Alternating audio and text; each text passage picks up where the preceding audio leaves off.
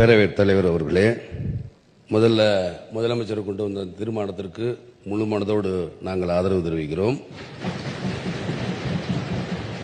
ஆனா 1972 புரட்சித் தலைவர் எம்ஜிஆர் அவர்கள் பிரிஞ்சு தனியாக அனைத்து இந்திய அண்ணா திராவிட முன்னேற்ற கழகம் ஆரம்பிச்சு முடித்த உடனே கலைஞர் மேல் 74 ஒரு ஊழல் புகார் கொடுக்கிறார்.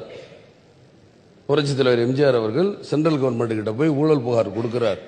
இந்த மாதிரி கலைஞர் அவர்கள் ஊழல் பண்ணியிருக்காரு, சொத்து குவிப்பு வழக்கில் அதிகமாக சொத்தை சேர்த்திருக்காருன்னு சொல்லி ஊழல் குவிப்பு எங்க தன்னை ஊழல் வழக்கில் சேர்த்துருவாங்கன்னு பயந்து போய் தான் இந்த கச்சத்தீவை அன்னைக்கு மத்திய அரசு கிட்ட எதுவும் கேட்காம தரவார்த்து கொடுத்தவர் தான் இந்த கலைஞர்.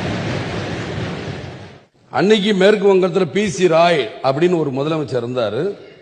அந்த முதலமைச்சர் அந்த மேற்கு வங்காளத்தை பங்களாதேஷுக்கு பிரிச்சு கொடுக்கணும்னு அன்னைக்கு VV கிரி அவர்கள் ஆசைப்பட்டாங்க.